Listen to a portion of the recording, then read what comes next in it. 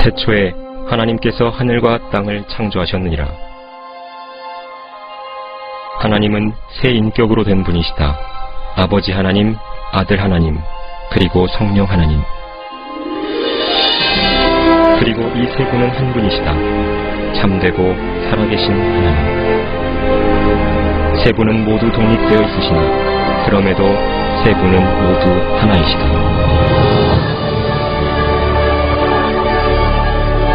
하늘나라에 루시퍼라 불리는 한 아름다운 천사가 있었는데 그는 하나님의 보좌를 지키는 높은 지위를 가지고 있었다. 그러던 어느 날 교만의 죄가 그의 마음에 들어왔고 그래서 그는 전능하신 하나님처럼 되고자 했다. 광기로 가득 찬 루시퍼는 수많은 천사들을 꿰어들였고 하늘나라를 차지하려는 자신의 계획에 가담하게 했다. 그러나 루시퍼에게는 커다란 문제가 있었으니 그는 피조된 존재에 불과했던 것이다. 하나님은 루시퍼와 반역한 모든 천사들을 하늘나라에서 쫓아내셨다. 이 타락한 천사들은 마귀들이 되었고 루시퍼는 사탄이 되었다. 그들은 지구 곳곳에 정착했고 그곳은 사탄의 영토가 되었다. 지구는 한 놀라운 드라마의 초점이 되었다. 바야흐로 여러 주인공들 가운데 하나를 출연시킬 때가 된 것이다.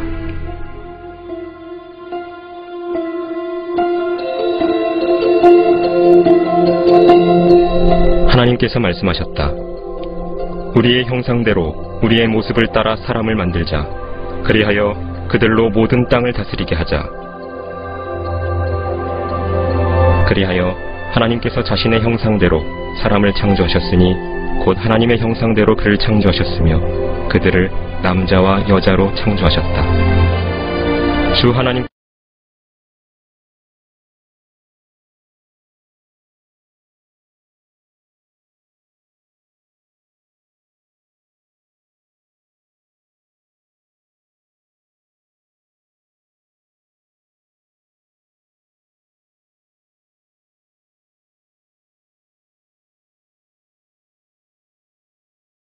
이라 불리는 자에 의해서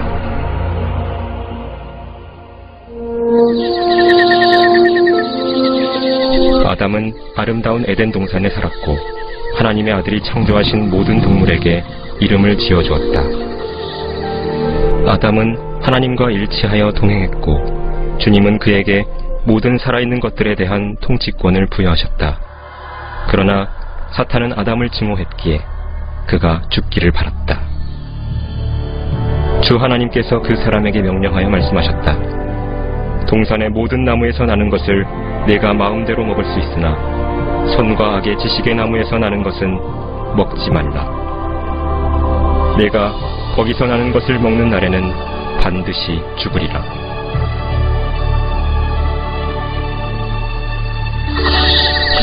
또 주 하나님께서 말씀하셨다.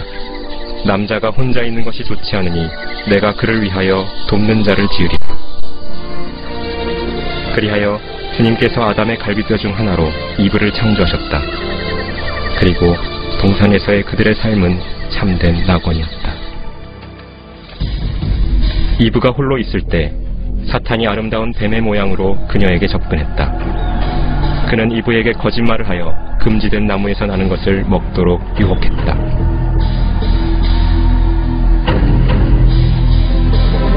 이브는 끔찍한 실수를 저질렀다.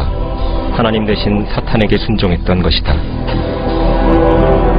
공개적으로 불순종을 저지른 아담과 이브는 금지된 과일을 먹음으로써 둘 다 하나님 앞에 죄를 지었다. 그들은 자신의 순결을 잃어버린 것이다. 그들은 모두 영적으로 죽었고 죄가 그들의 후손들에게 바이러스처럼 전달되었다. 그 결과 우리 중에 죄 없는 사람이 아무도 없는 것이다. 하나님은 죄를 증오하시기에 그분 앞에서 그것을 허용하지 않으신다. 죽음의 저주가 온 인류와 땅 위에 임했다. 주님께서는 죄의 결과로 땅을 저주하시어 가시나무와 엉겅퀴를 내게 하셨다. 그러므로 주 하나님께서 에덴 동산에서 그를 내어보내어 그가 취함을 입은 그 땅을 갈게 하셨다. 그 결과 이 세상 체제가 사탄의 통제 아래로 들어갔다. 인간은 더 이상 온 땅을 다스리지 못했고 그 뒤로 흑암의 통치자인 노예요 그의 군대인 마귀들의 노예가 되었다. 그러나 사랑의 하나님께서는 한 구주를 보내시어 아담 때문에 손상된 것을 회복시키기로 약속하셨다.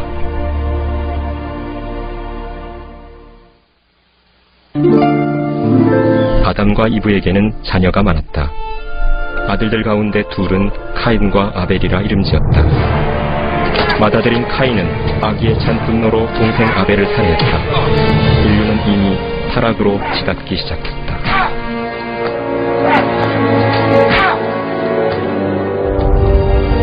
흑암의 권세들이 땅 위에 만연하자 인류는 더 난폭해졌다. 끝없는 전쟁과 잔인한 살인, 강간과 고문이 증가했던 것이다. 주님의 자비에도 불구하고 인간들의 마음은 하나님으로부터 돌아서기를 멈추지 않았다. 그리고 그들이 하나님을 두려워하지 않았기에 인류의 타락은 극에 달했고 자녀를 사탄의 제물로 바치기까지 했다. 주님을 사랑하는 이를 찾는다는 건 극히 드문 일이었다.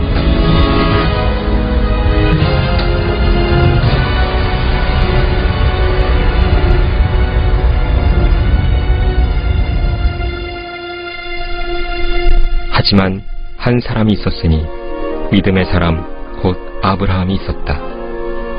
그는 하나님의 친구였다. 주님은 그의 아내가 90살 되던 해에 아들을 주심으로써 아브라함을 축복하셨다.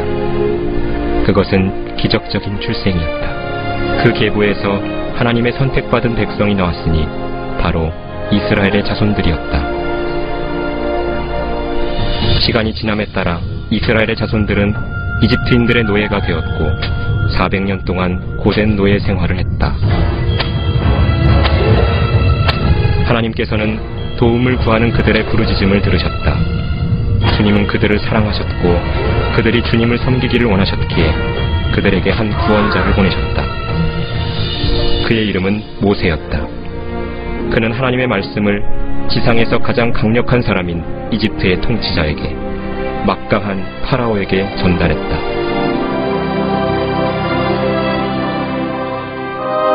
모세가 주님을 대신해서 외쳤다.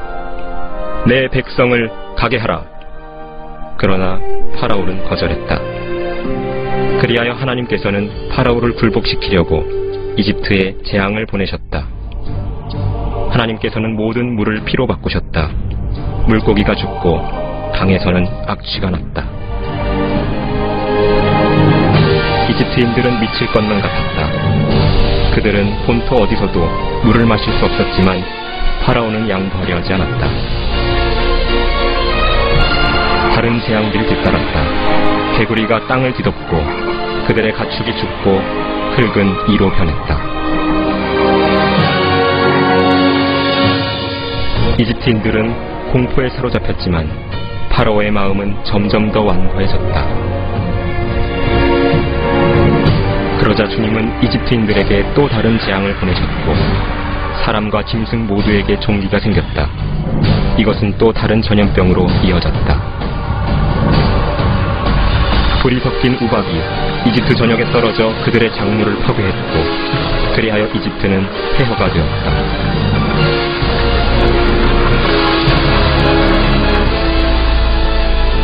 최후의 큰 재앙이 이집트 전역의 모든 첫 태생을 죽이려 하고 있었다. 모세는 이스라엘의 자손에게 경고하기를 어린 양의 피를 문 기둥에 발라 하나님의 마지막 저주로부터 보호를 받아야 한다고 말했다. 주님께서 이집트를 심판하셨다. 한밤중에 주님은 멸망시키는 자와 함께 그 땅을 두루 다니시며 모든 첫 태생을 죽이셨다. 그러나 문 기둥의 피를 보신 주님은 멸망시키는 자가 그 집에 들어가는 것을 허락지 않으셨다. 그냥 지나치신 것이다. 그날 밤 이집트의 각 가정에는 시신들이 생겼다. 나라 전체가 광적인 흥분에 휩싸였고 파라오의 아들까지도 죽어 있었다.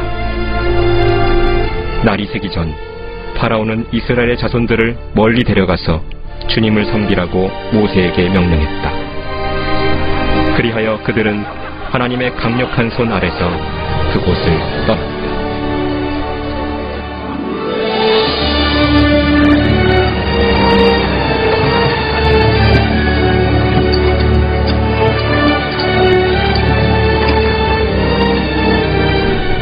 (430년의 끝), 즉 그날이 되었을 때 주의 모든 군대가 이집트 땅에서 나왔다. 그 밤은 그들을 이집트 땅에서 데리고 나오신 주께 중히 지켜야 할 밤이었다.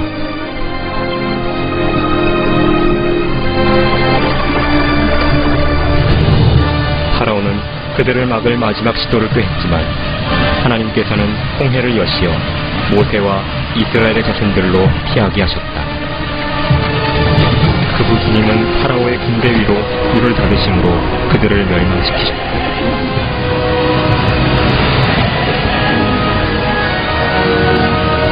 주님께서는 자신의 큰 능력을 보이기 위해 백성들 앞에서 믿을 수 없는 기적을 베푸셨던 것이다.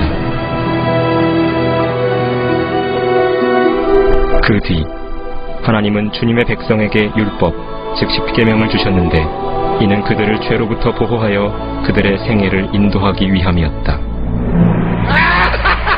그러나 이스라엘의 자손들은 반역했다. 겉으로는 주님을 섬기지만 마음으로는 그렇지 않았던 것이다. 그들은 얼마 안 있어 그 기적들과 자신들이 이집트에서 구원받았다는 사실을 잊었다. 그 결과 하나님은 그들을 다스릴 왕들을 일으키셨다. 그러나 왕들조차 하나님의 눈앞에서 악을 행했다. 그들이 이방의 우상을 섬겼으니 그것들이 그들에게 덫이 되었도다. 정녕 그들이 자기 아들들과 자기 딸들을 마귀들에게 제물로 바쳐 무죄한 피, 즉 자기 아들들과 자기 딸들의 피를 흘려 가나안의 우상들에게 제물로 바쳤으니 그 땅이 피로 오염되었도다.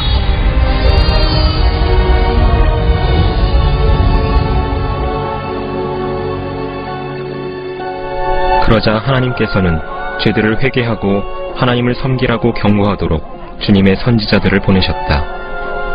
그러나 그들은 반역에 반역을 거듭했다. 백성들은 그 선지자들을 증오했고 회개하고 주님을 섬기기보다는 오히려 이 하나님의 사람들을 무자비하게 살해했다. 이스라엘 자손들은 죄짓기를 되풀이했다. 그 결과 하나님께서는 그들이 사로잡혀서 노예 생활로 고통받는 것을 허락하셨다. 오늘날의 우리들을 보라. 우리들도 그들과 마찬가지가 아닌가.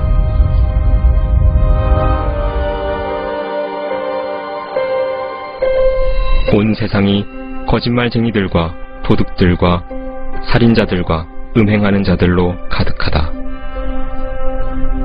우리는 복수를 즐겨하며 우리 모두가 죄의 저주 아래 놓여있다.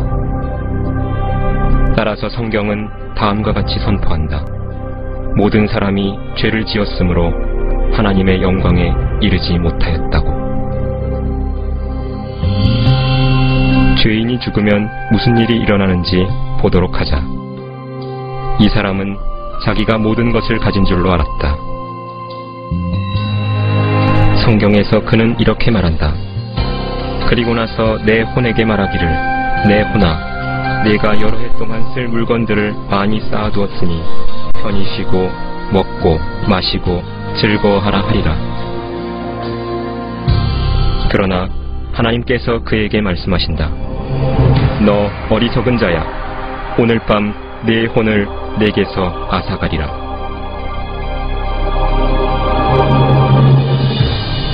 한 번 죽는 것은 사람들에게 정해진 것이고 그 뒤에 심판이 정해져 있다. 그러나 우리는 다 불결한 것 같고 우리의 모든 의는 더러운 걸레 같으며 또 우리는 다 잎사귀처럼 시들며 우리의 죄악은 바람처럼 우리를 옮겨갔나이다. 살아계신 하나님의 손 안으로 떨어지는 것은 두려운 일이라.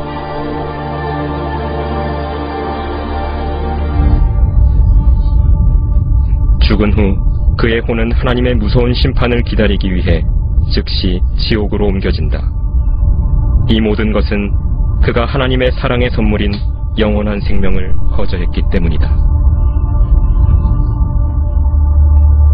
그때가 다가오고 있다. 그것은 하나님의 심판이 있는 크고 무서운 날이라고 불리는데, 그 날에는 자신의 죄들 가운데서 죽은 모든 이가 주 예수 그리스도 앞에서 심판을 받기 위해 불려갈 것이다. 하나님의 말씀은 이렇게 말씀한다.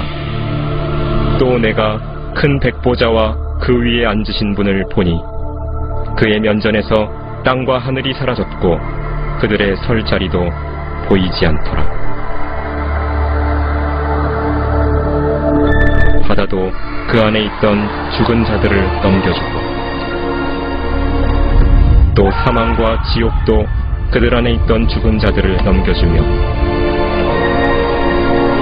또 내가 죽은 자들을 보니 작은 자나 큰 자나 하나님 앞에 서 있는데 책들이 펴져 있으며 또 다른 책도 펴져 있는데 그것은 생명의 책이라.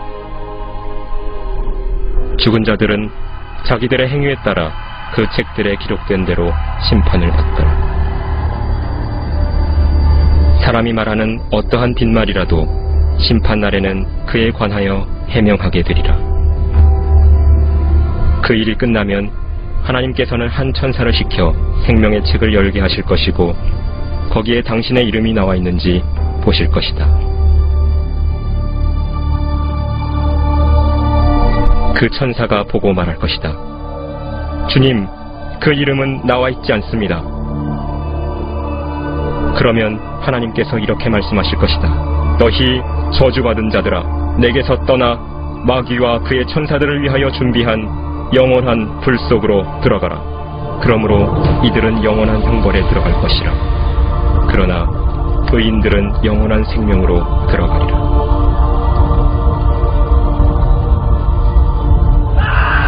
누구든지 생명의 책에 기록되지 않은 자는 불못에 던져지더라.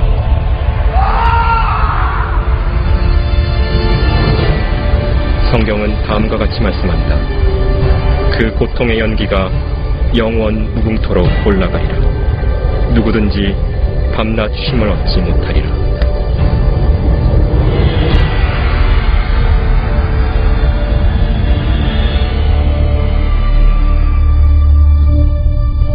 그러나 위대한 사랑의 하나님께서는 당신이 이 무서운 장소를 피할 수 있는 한 길을 예비하셨다. 주님께서는 아무도 멸망하지 않고 다 회개에 이르기를 원하신다. 하나님은 당신을 사랑하시기에 하늘나라에서 함께 살기를 원하신다. 그래서 주님은 당신이 지옥을 피해 그곳에 갈 수 있는 한 길을 마련해 놓으셨다. 그런데 그 길은 약속된 분, 그 구원자를 통해서 이루어진다. 유대인들은 그들의 메시아이신 그분을 기다렸고 수세기 동안 그분이 오셔서 자신들을 구원해 주실 것을 기도했다. 기원전 760년경 선지자 이사야는 이스라엘 민족에게 이렇게 말했다.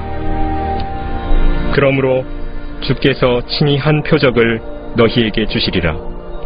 보라, 한 처녀가 임신하여 아들을 낳으리니 그의 이름을 임마누엘이라 하리라. 임마누엘은 우리와 함께 하시는 하나님이라는 뜻이다. 사탄은 그 예언을 이해했고 그때부터 계속해서 이스라엘의 모든 처녀들을 면밀히 관찰했다. 세월이 지나 메시아가 탄생하기 전 이스라엘은 또다시 한 이방 세력에게 노예 상태로 매여 있었다. 이번에는 막강한 로마 제국이었다.